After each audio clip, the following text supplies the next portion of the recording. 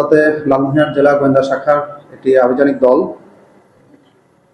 লালমনিরহাট সদর থানাধীন মহেন্দ্রনগর ইউপিস্থ চিনিপাড়া নামক গ্রামে পলাতক আসামি মুকুল মিয়ার বাড়ি থেকে বন্যপ্রাণী 3টি তক্ষক আমরা উদ্ধার করেছি।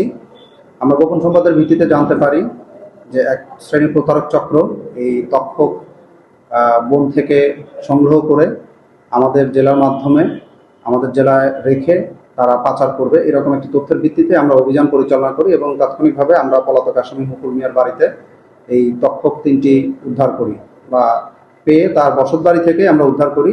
পরবর্তীতে এটি আমরা স্থানীয় সাক্ষীদের উপস্থিতিতে জব্দ করি। জব্দ পরবর্তী সময় আমাদের হেফাজতে নেই এবং লালমনিরহাট জেলা বন বিভাগের কর্মকর্তা যিনি আছেন আমরা তাদের সাথে যোগাযোগ করেছি।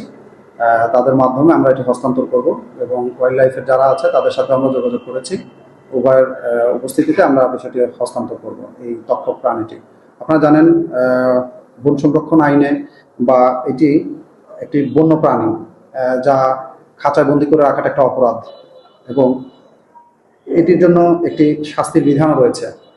সে অনুযায়ী আমরা লালমনিরহাট সদর থানায় মামলা রুজু এবং পরবর্তী আইনগত ব্যবস্থা গ্রহণ করার জন্য প্রক্রিয়াধীন রয়েছে বিষয়টি। ধন্যবাদ। দৈনিক আজকের বাংলা .net